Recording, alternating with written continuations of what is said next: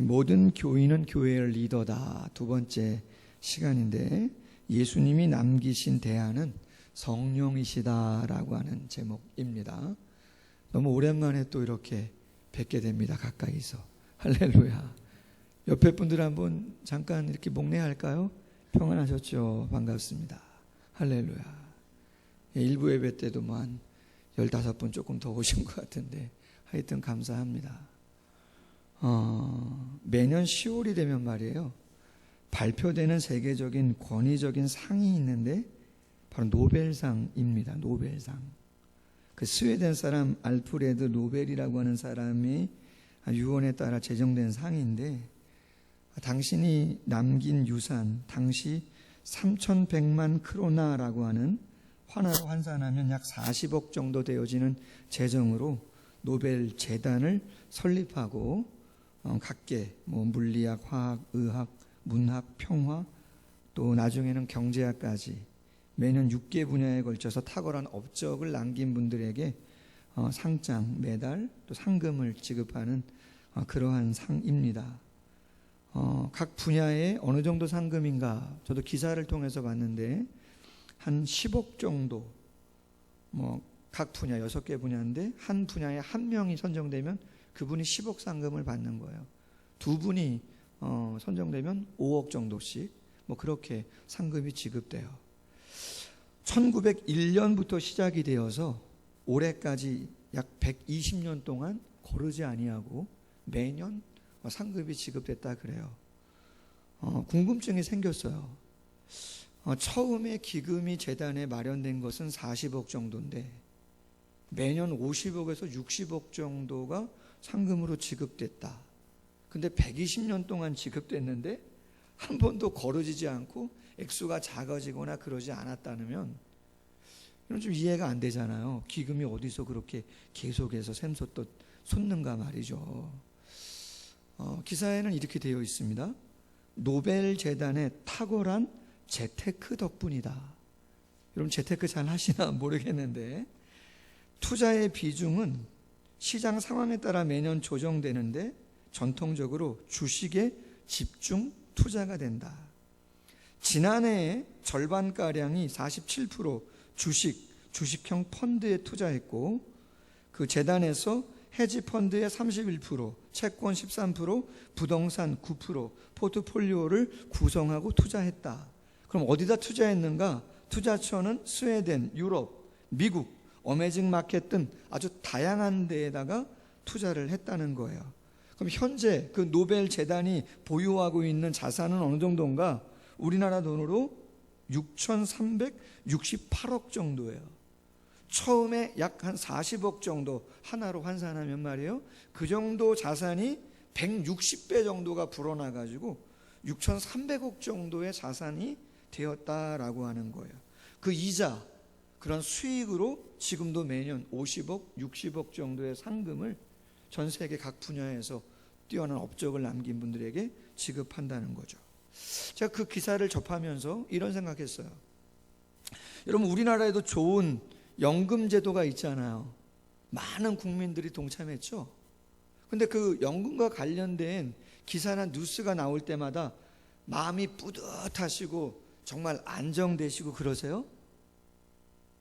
그러신 분도 있겠죠. 연세가 좀 되신 분들은 이제 막 그죠? 수급을 받으시는 분들은 아마 기대감도 있고 막 그럴 거예요. 그런데 나오는 뉴스의 대부분의 뉴스는 뭐냐면 몇 년 안 있으면 고갈될 거다 이런 거예요.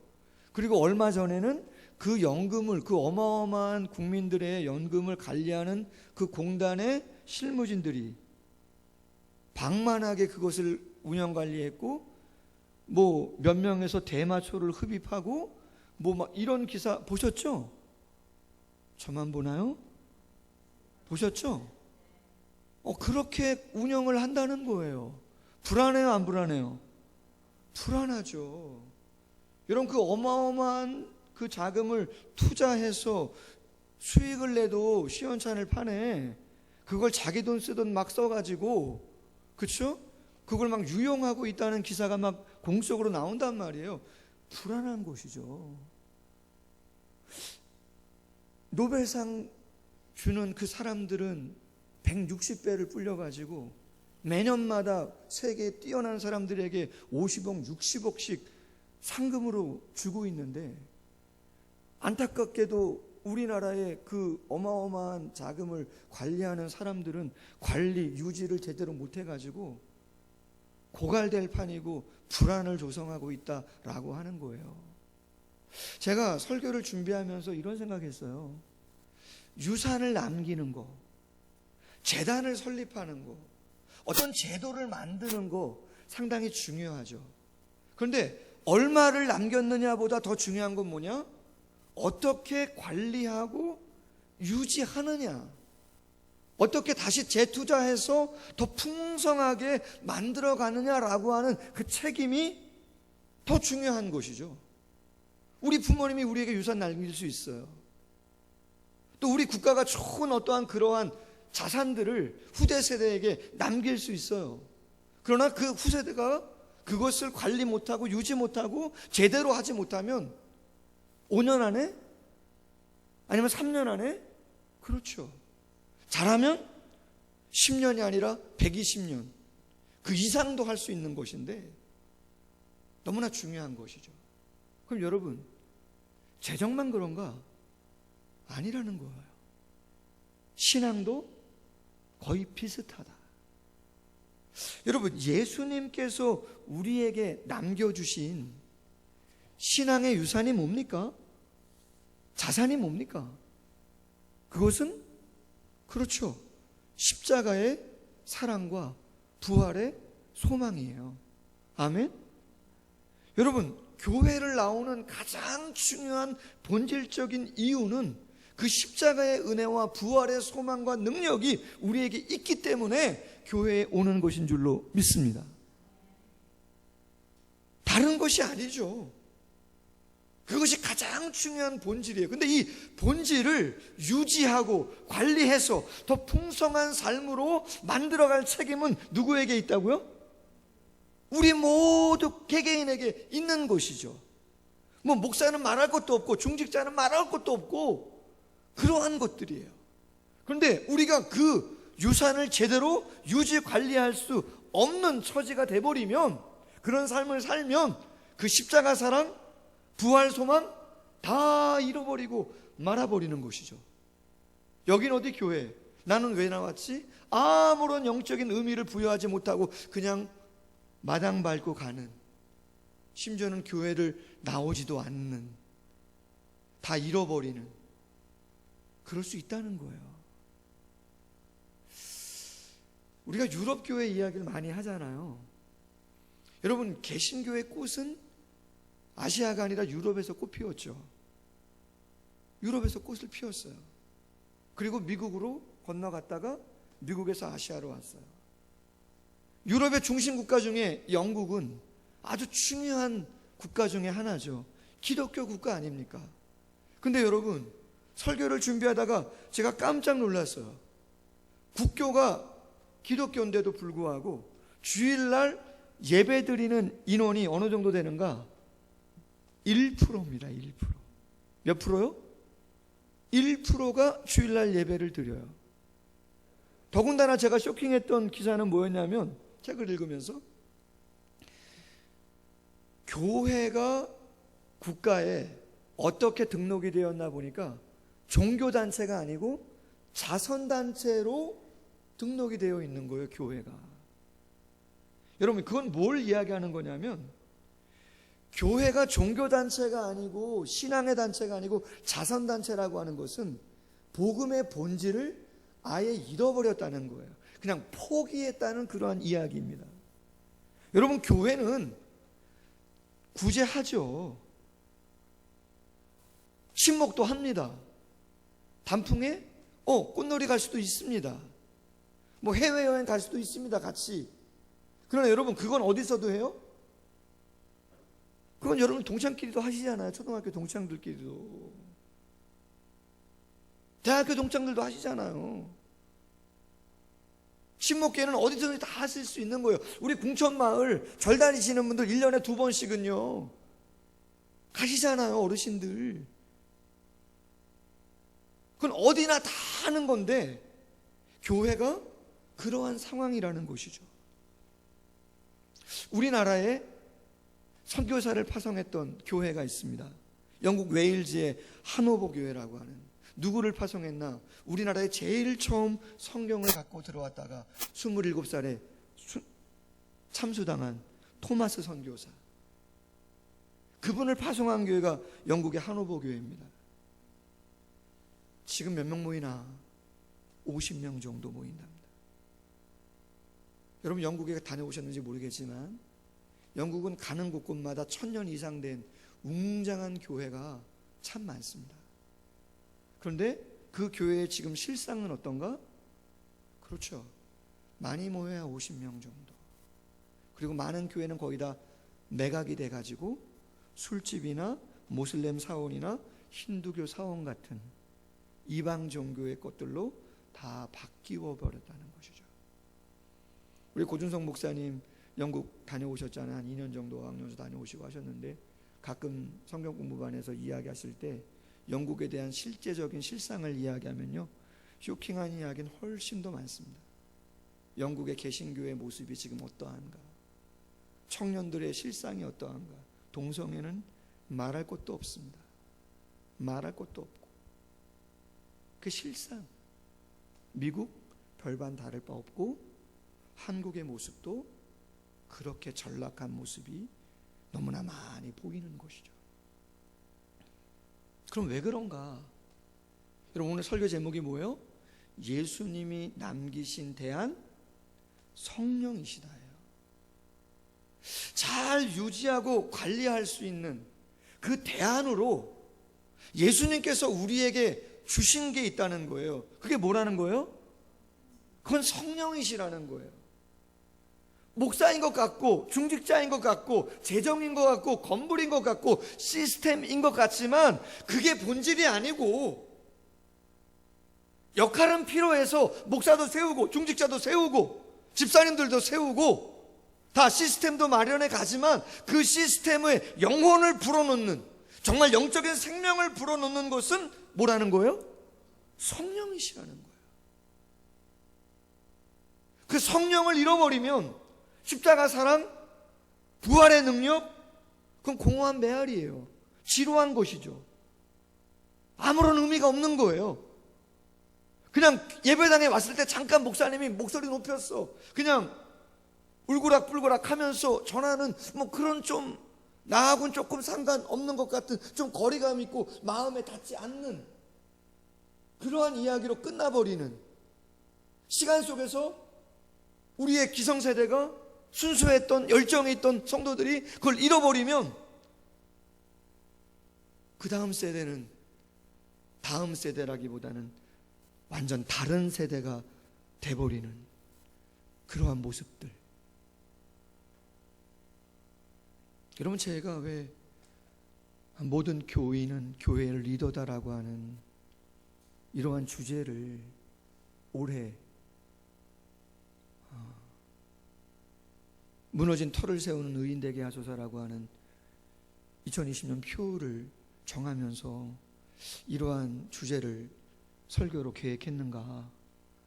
그거는 절박함 때문이기도 합니다. 뭐 때문에요? 절박함 때문이기도 합니다. 여러분 우리가 작년 초에 임직했잖아요. 여기 다 임직자들 계시잖아요. 임직을 왜 했죠? 임직을, 우리 김찬영 씨님 임직을 왜 하는 겁니까? 이유 중에 하나, 그냥 편안하게 뭐 까막 의도하는 거 없습니다. 그냥 편안하게 그냥 생각하시는 거 아시면 됩니다. 그렇죠. 일꾼 세우는 거죠. 목사도 여러분 똑같지 않습니까? 그냥 직임이 다른 거지. 그렇잖아요. 몸된 교회를 섬기고 성도들 섬기라고, 섬김의 일을 하시라고 직분을 주시는 거잖아요. 저희 교회는 무슨 뭐 임직하는데 뭐 얼마 그런 교회가 있다고 제가 들었지만 자원에서 감사한금 내시는 거 말고는 끝이에요. 그런 거 없어요. 그런 말도 안 되는 얘기, 성경적이지 않아요. 직분을 받는데 무슨 헌금을 얼마 내라 저는 맞지 않다고 생각해요. 일꾼을 부리는데 감사하고 같이 일하는 것인데 아니에요. 맞지 않아요. 일꾼만? 아니요. 모두가 다 그리스도의 십자가 사랑, 부활의 능력을 신뢰한다면 우리 모두는 교회에 뭐가 돼야 된다고요? 리더, 일꾼이 돼야 되는 거예요. 여러분 스스로에게 말씀해 보세요. 저도 제 자신에게 나는 어떤 마인드로 교회를 섬겼는가? 본을 보이는가? 절박함이죠. 절박함. 저희 교회만? 아니요. 저희 교회만의 얘기는 절대 아닙니다.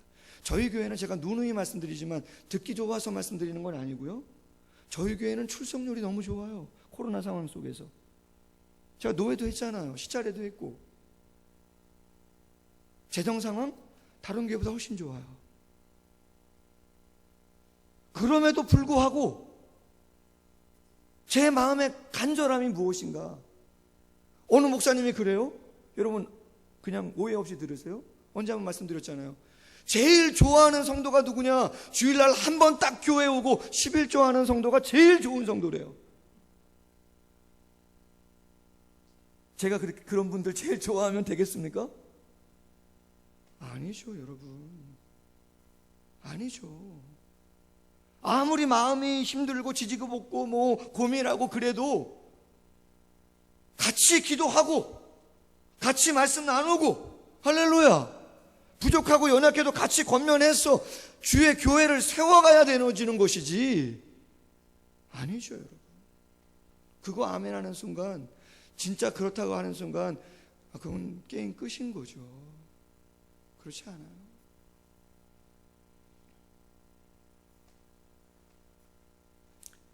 여러분, 예수님께서 당신이 죽으시고 부활하시고 승천하시고 이 땅에는 이제 아무것도 남지 않는 제자들만 남아야 되는, 유혹도 많고 환난도 많은 이 땅, 사명은 주어졌는데 땅끝까지 제자의 사명 감당하라 했는데 과연 어떻게 내가 죽음으로써 감당한 죄와 사망의 문제를 해결할 이 놀라우신 은혜와 은총을 과연 저 강박한 세상에 누가 어떻게 그 사명을, 신앙의 유산을 나눠줄 수 있는가 고민하신 거죠. 그래서 남겨주신 게 뭐예요? 성령이에요. 그래서 예수님은 이 땅에 계시는 마지막까지 가장 중요한 순간 그 성령을 강조한 거예요. 여러분 특별히 오늘 우리가 나눈 복음서가 요한복음이에요. 여러분 사복음서가 있는데 마태, 마가, 누가는 공간복음이라 그래요. 거의 기록이 언제 되냐면 AD 50년, 60년대 그때 기록이 됐어요. 그럼 요한복음은 언제 기록이 됐느냐? 요한복음은 85년에서 90년, 약 3, 40년 후에 사도 요한이 기록을 한 거예요. 근데 재미난 거는 마태, 마가, 누가, 공간복음은 십자가와 부활에 대해서 기록하는 장수가 상당히 분량이 많아요. 분량이. 근데 이상하게 이 요한복음은 예수님이 십자가 지시는 거 그리고 부활하신 게 딱딱 한 장씩밖에는 기록이 되어 있지 않아요. 근데 특이한 게 뭐냐? 성령에 대해서 기록을 하신 그 장은 4장씩이나 돼요. 언제 성령에 대해서 말씀하신 걸 4장씩이나 기록했느냐? 요한복음 13장 최후의 만찬, 이제 내일이면 십자가에 달려 돌아가시기 전날 밤에 예수님이 제자들을 모아놓으시고 발 씻고, 그죠? 받아 먹으라 마시라 하셨던 그 자리에서 4장에 걸쳐서 설교를 하셨는데 그 4장에 걸쳐 설교하신 내용의 핵심 주제가 뭐냐면 성령이에요. 뭐라고요? 성령이라는 거예요. 예수님 뭐라고 말씀하셨냐? 이렇게 말씀하셨어요. 요한복음 14장 18절 이하에 내가 너희를 고아와 같이 버려두지 아니하고 너희에게로 오리라. 내가 아버지께 구하겠으니 또 다른 보혜사를 너희에게 주사 영원토록 너희와 함께 있게 할 것이다. 그가 너희에게 모든 것을 가르치고 모든 것을 생각나게 할 것이다. 당신은 떠날 것이기에 남겨져 있는 제자와 사명을 감당해야 되는 제자들, 그 영적인 충만함을 잃어버리지 않기 위해서 그 은혜의 유산을 고갈시키지 아니하게 해서 당신이 주시겠다는 거예요. 뭘요? 성령을 주시겠다는 거예요. 대안이 성령이라는 거죠. 자, 죽으셨어요. 그리고 이제 부활하셨어요. 부활하신 예수님께서 처음에 뭐라고 말씀하시냐? 이렇게 말씀하세요. 요한복음 20장 21절 이하에 너희에게 평강이 있을지어다. 아버지께서 나를 보내신 것 같이 너희를 보내노라. 사명을 말씀하셨어요. 그리고 끝이 아니에요. 이 말씀하시고 그들을 향하여 숨을 내쉬며 이르시되 뭘 받아라? 성령을 받아라. 자, 그리고 마지막 타이밍 승천하시면서 감람산에서 그 정말 중요한 시간에 예수님이 뭘 말씀하세요? 사도행전 1장 4절과 5절, 누가복음 24장 49절 이하. 분부하여 이르시되 예루살렘 떠나지 말고 내게서 들은 바 아버지께서 약속하신 성령을 기다려라. 요한은 물로 세례를 베풀었으나 나는 몇 날이 못 돼요? 성령으로 세례를 받게 하겠다. 할렐루야. 위로부터 능력으로 입힐 때까지 이 성에 머물러라. 그렇게 얘기하죠. 돌아가시기 전에도, 부활하시고 나서도, 승천하면서까지 예수님이 가장 강조한 것은 성령이다. 그렇다면 여러분, 예수님께서 가장 값지게 남겨주신 대안인 성령의 유산을 어떻게 유지하고 관리하는 것인가? 그것은 처음 성령을 받을 때하고 유지 관리하는 거하고 비슷한 거예요. 성경이 보여주는 모습이 그래요. 여러분, 성령을 처음 받을 때 어디서 받으셨어요? 가정에서? 직장에서? 어디 뭐 휴양 여행 가셨다 받으셨어요? 그러실 수도 있어요. 뭐 길에서도 받을 수 있는 거니까. 바울도 길에서 다메섹 도상에서 길가에서 받았잖아요. 그럴 수도 있어요. 그러나 모르긴 몰라도 거의 대부분 많은 분들은 처음에 성령을 어디서 경험했을까요? 그렇죠. 교회 예배당, 예배 드릴 때 말씀이 선포되고 뜨겁게 기도하고, 어떤 분은 저도 마찬가지인데 안수 받을 때 기가 막힌 타이밍에 딱 머리에 목사님의 손이 딱 닿는 순간 방언이 터지거나 놀라운 영적 체험을 하는 경우가 상당히 많이 있어요. 예수님께서 제자들에게 이야기했어요. 제자들의 고향은 예루살렘 아니에요. 저 북쪽 갈릴리예요. 예수님 부활하시고 나서 종교 지도자들이 혈안이 돼 있어요. 누구 잡으려고? 그렇죠. 예수님 제자들 잡으려고. 왜? 부활했다고 막 소문을 퍼뜨리니까 막, 그죠? 웅성웅성하니까 이걸 잠잠하게 하려고 제자들 잡아가지고 죽이려고 혈안이 돼 있단 말이에요. 그럼 여러분, 빨리 지금 어디로 가야 되는 거예요? 갈릴리 고향으로 가야서 은순해야지, 운동해야지 되는 거지. 고향도 아닌데 어디가 어딘지도 모르는데, 시골 촌사람들이 거기에서 있으면 안 되잖아요. 근데 예수님 뭐라 그래요? 어디 있으라고요? 예루살렘 이성 떠나지 말으라는 거예요. 아니, 지금 죽게 생겼는데 이성 떠나지 말면 어떻게 한다는 말이에요? 그럼 왜 예루살렘 떠나지 말라 그런 거예요? 그렇죠. 여러분, 예루살렘은 장소적인 측면에서 구속사적인 의미가 있어요. 중요한 곳이라는 거예요.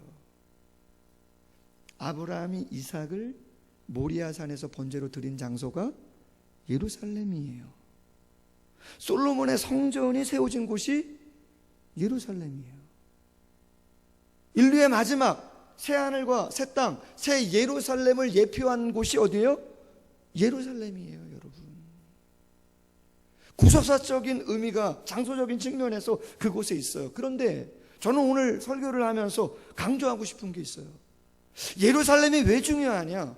왜 이 장소, 예배당, 이 장소가 그렇게 중요하냐? 여러분, 이곳은 하나님의 메시지, 하나님의 말씀이 제일 처음 선포되는 곳이라는 거죠. 아멘? 여러분, 저는 어떤 특별한 것을 이야기하기보다는 보편적인 걸 말씀을 먼저 드리고 싶어요. 하나님의 교회, 예배당, 여러분, 우리 모두가 교회이지만 우리가 함께 모여있는 이 장소가 왜 의미가 있는가? 구약에도 그렇고 신약에도 그래요. 선지자나 사도들이 강조한 게 뭐예요?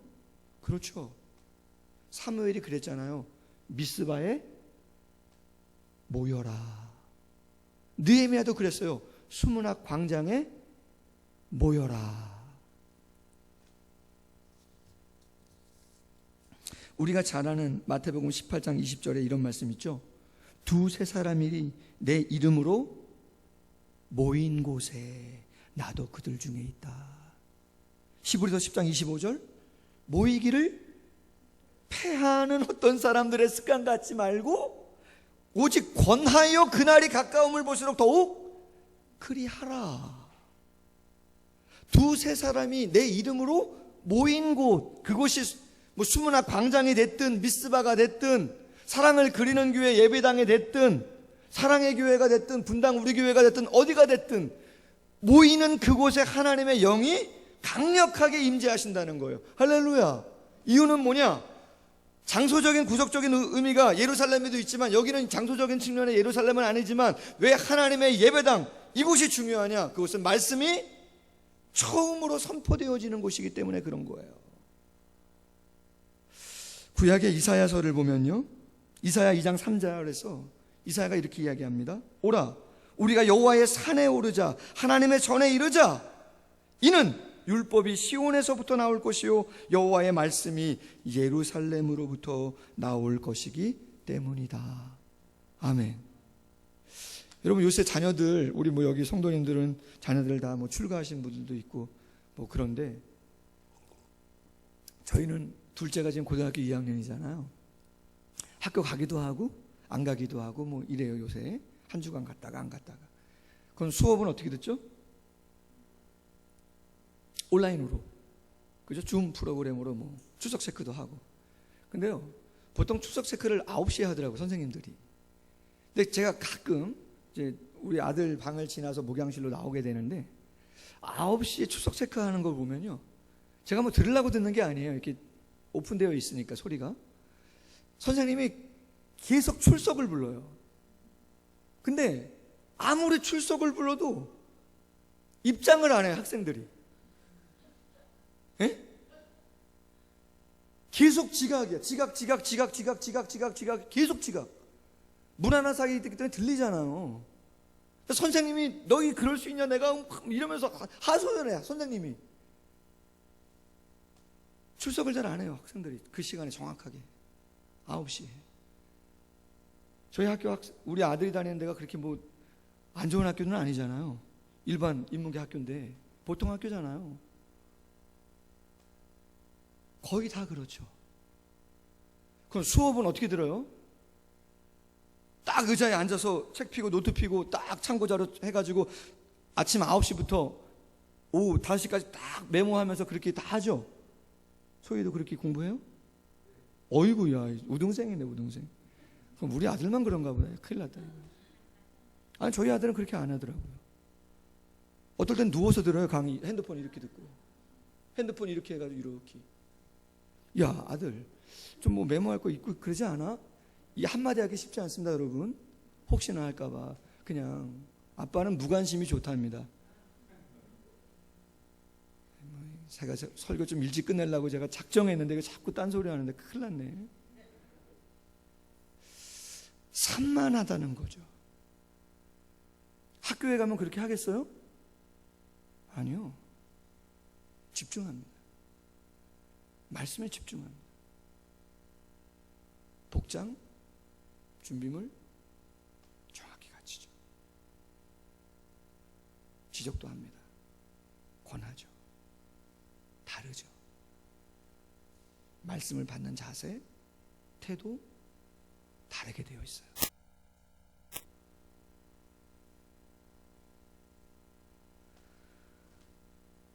그래서 다니엘, 예레미야, 그들이 포로로 끌려간 그 바벨론에서, 그 먼 곳에서 그들이 했던 행동이 뭡니까? 그들이 강조했던 게 뭐예요? 그렇죠. 2층 다락방에 올라가서 1000km 정도 떨어져 있는 그 바벨론에서 예루살렘을 향한 창문을 열고 하루에 몇 번씩이요?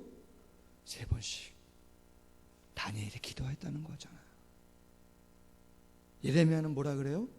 예레미야 51장 50절에서 칼을 피한 자여 멈추지 말고 걸어가라. 먼 곳에서 여호와를 생각하며 예루살렘을 너희 마음에 두라. 여러분, 지난주에 우리 이남정교에서 헌신 예배했어요. 오신 강사 목사님이 이런 말씀하셨어요. 눈에 보이지 않는 하나님을 사랑하는 것 어떻게 나타나는가? 당신이 성경을 묵상하는 중에 눈에 보이지 않는 하나님을 사랑하는 것은 눈에 보이는 교회를 사랑한 것이었다고 그렇게 말씀했어요. 정말 그런가? 우리가 정말 좋아하는 시편 23편 다윗의 고백 중에 그가 뭐라고 고백했다고요? 내가 여호와의 집에 영원히 거하리로다. 내가 여호와의 집, 그것이 성막 텐트가 되었던, 솔로몬의 성전이 되었던, 아니면 내 자신이 교회기에 내 자신이든, 아니면 두세 사람이 모인 곳이, 그곳이 상가가 됐든 지하가 됐든 웅장한 놀라운 대리석으로 지은 큰 교회가 됐든 상관없이 눈에 보이지 않는 하나님에 대한 사랑, 나는 눈에 보이는 교회를 사랑하겠다. 할렐루야. 여러분, 솔직히 어제 예고도 없이 성도님 집사님이 남편하고 같이 왔어요. 그래서 어떻게 오셨냐 그랬더니 내일 예배 드리기 때문에 세팅, 차 마시고 이런 거 세팅하시러 오셨다는 거예요. 솔직히 요새 음식은 안 되잖아요. 또 안 믿는 분이시니까 남편이 오셨어요. 그래서 커피 기계를 설치하러 오신 거예요. 뭐 다 아시겠지만 차윤아 집사님이신데 설치하러 왔어요. 예전에 있던 게 조금 수리를 좀 해야 되겠어 새 거로 갖다 놓으신대요. 여러분, 제가 부탁한 적도 없어요.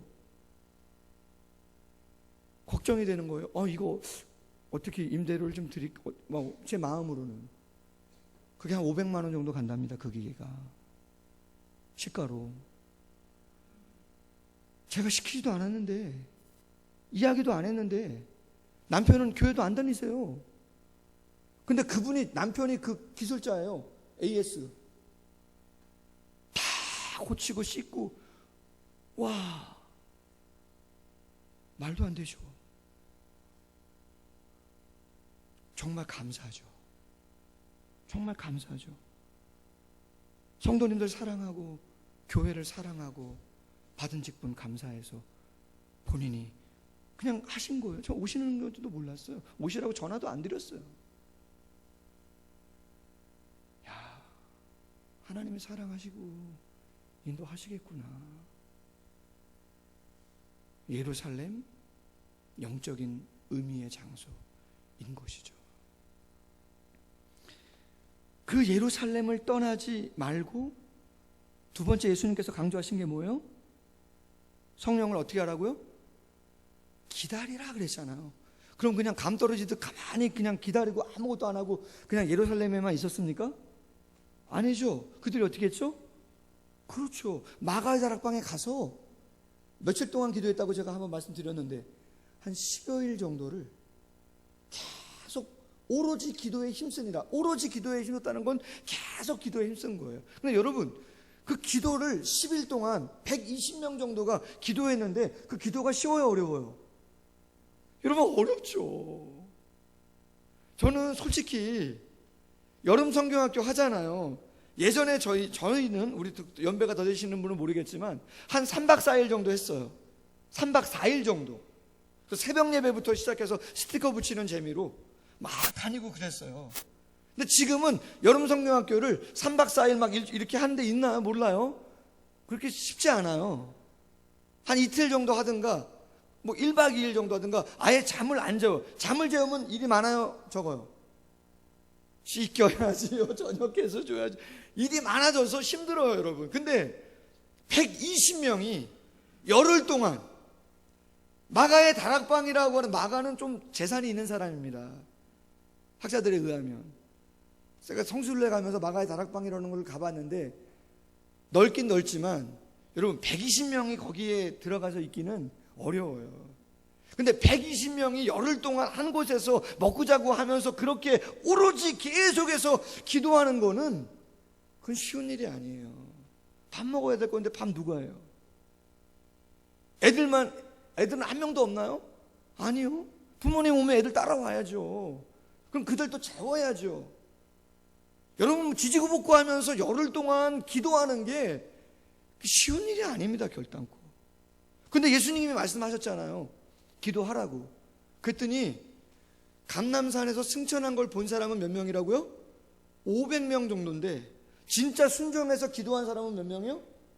120명이라니까요. 기도가 쉬운 일이 아니에요. 제가 새벽 깨우시자고 얘기하잖아요. 기도하시자고 얘기하잖아요. 쉬운 얘기가 아닙니다, 여러분.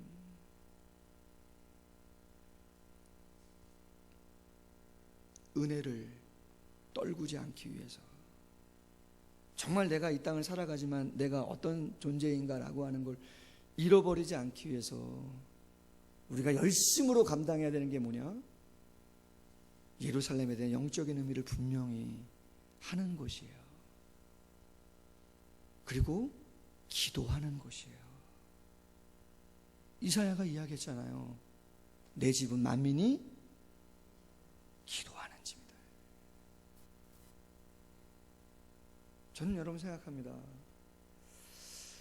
코로나이기에 위험의 요소가 많아요. 그래서 예배 오기도 쉽지 않고 기도에 오기도 쉽지 않아요. 그래서 저는 생각해요. 제가 일상에서 내가 할 수 있는 그 바운더리와 그러한 모임과 그러한 움직임, 허용되어진 정부에서 말이에요. 그 바운더리가 있다면 그 바운더리 안에서는 우리가 예배, 신앙생활과 관련된 거 그런 건 해야죠. 맞습니까? 아멘입니까? 30%만 예배당에서 예배하시라 그러면요, 당연히 30%만 해드려야죠. 교회가 그 정부의 정책이고 방역 정책이고 그 이웃 사랑이고 같이 가자는 건데 당연히 따라줘야죠. 음식물 먹으면 안 됩니다. 성경 공부하면 안 됩니다. 속상하지만 따라줘야죠. 그래서 소모임 안 하잖아요. 음식 안 하잖아요. 그러면 그 안에서 할 수 있는 것들 뭐냐? 30%는 오셔도 된답니다. 먹고 마시는 건 안 해도 할 수 있는 거, 온라인으로 할 수 있는 거 있으면 할 수 있답니다. 그럼 우리가 그것들 시간 정해서 참석할 수 있으면 참석하고, 기도할 수 있으면 기도하고. 아멘? 그렇지 않다면 고갈되죠. 목사도 고갈돼요. 목사도 고갈돼요. 예배 시간 다 나와요. 아무도 없어도 나와요. 마음이 허하죠. 그러나 여러분, 우리 모두가 서로 교회에 대한, 또 서로에 대한 소중함, 영적인 것에 대한 분명한 신앙 고백, 그것을 잃어버리지 않는다면 아무리 코로나 그 이상이 와도 우리는 유지할 수 있습니다. 신앙을 관리할 수 있습니다. 더 풍성하게 채워갈 수 있는 줄로 믿습니다. 짧게 두 가지 얘기하고 마치죠.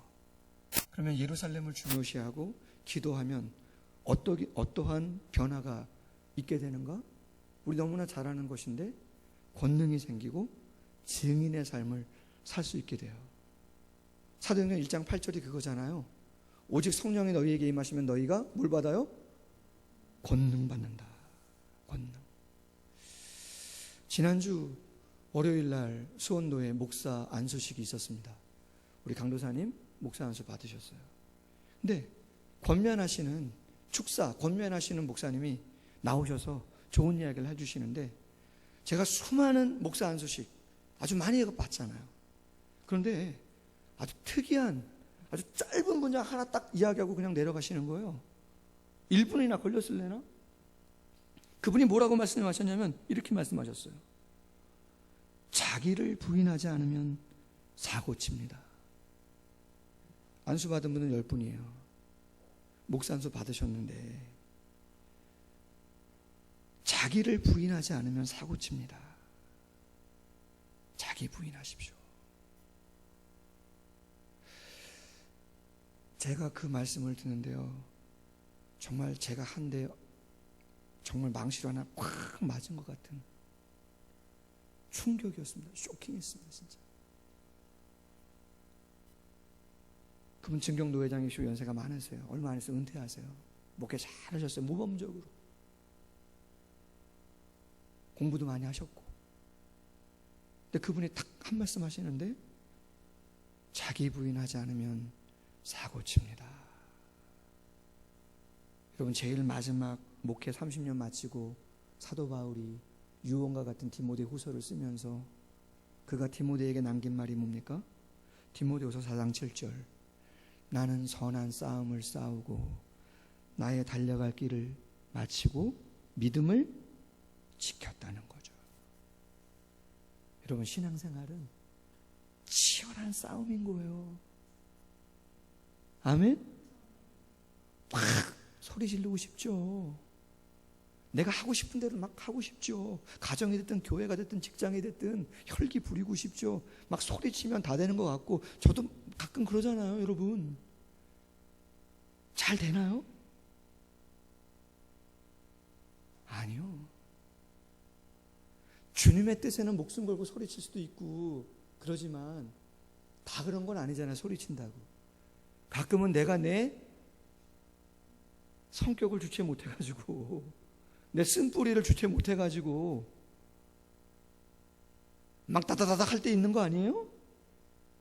교회에서도 그렇고 직장에서도 그렇고. 아니요.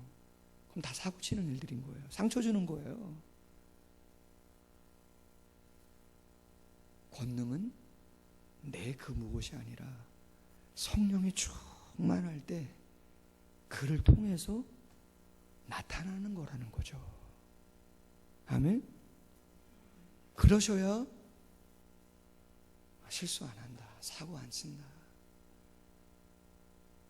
돈 있다고 사고 안 치는 것도 아니고, 못 배웠다고 사고 치는 것도 아니고, 자리가 높지 않아서 사고 못 치는 것도 아니고요. 사고는 수없는 사람들이 치고 있어요. 왜요? 자기 혈기, 자기 감정, 정욕 절제 못하니까 사고 치고 다니는 거죠. 다 까먹어버리는 거죠. 성령이 충만해야 증인됩니다. 베드로 십자가도 보았고 부활도 보았고 승천도 보았습니다. 그러나 증인 됐었나요? 아니요. 방문 꼭꼭 잠그고 있었죠. 그가 언제 방문을 팍 차고 나가서 예수님을 전했나요? 그렇죠. 성령 받고 나서입니다. 성령 받고 나서. 하나님이 왜 이러한 코로나를 주시는지 그 깊은 뜻 제가 잘 몰라요. 그러나 분명한 것은 좀 좋아졌으면 좋겠다는 마음이 있지만, 성경의 역사 가운데 구약이든 신약이든 보면 하나님이 전쟁이나 기근이나 전염병을 주실 때는 뜻하신 게 분명히 있어요. 그 중에 빼놓지 않는 게 뭐예요? 그렇죠. 죄악 때문에 그러한 것들이 일어나는 경우가 상당히 많이 있어요. 기계적이진 않아요. 꼭 죄 때문에 재앙이 오는 것은 아니에요. 욕 같은 사람도 그것 때문에 온 것은 아니라고 이야기하잖아요. 그러나 많은 부분이 그래요. 그렇다면 우리는 우리 스스로 이러한 시간 속에서 홍 목사, 내가 잘못한 게 뭔가 더 많이 생각하는 시간으로 우리가 가져야 되는 것이죠. 아멘? 그러기 위해서는 기도하셔서 성령이 충만해서 그런 영적인 시각을 가지셔야 이 시간을 의미 있게 감당하고, 이제 됐구나 라고 하는 마음이 드셔야 하나님이 이것도 신약 개발되지 않아도 싹 사라질 수도 있게끔, 아멘, 그런 적이 많이 있다는 거죠. 전염병이 꼭 신약이 개발돼서 사라진 게 아니고 어느 날 갑자기 역사 가운데 싹 사라지게 하는 점이 상당히 많이 있었다는 거예요. 과학자들 얘기예요. 그럼 왜 어떻게 그렇게 된 거예요? 하나님이 이제 됐구나. 정말 마음을 돌이키는구나. 당신이 허락하시면 사라지는 것이죠. 여러분, 우리 모두가 저부터 조금 더 기도하고 정말 성도님들도 사랑하고 관심 갖고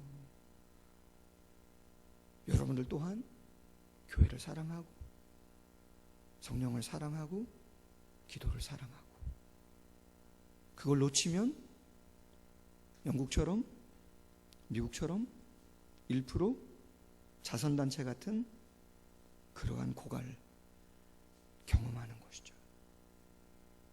절대로 우리 교회와 한국교회가 그렇게 되지 않기를 원하고 30년이 지나가도 한 세대가 지나가도 더 풍성한 은혜를 누릴 수 있기를 주님의 이름으로 소원합니다. 기도하겠습니다.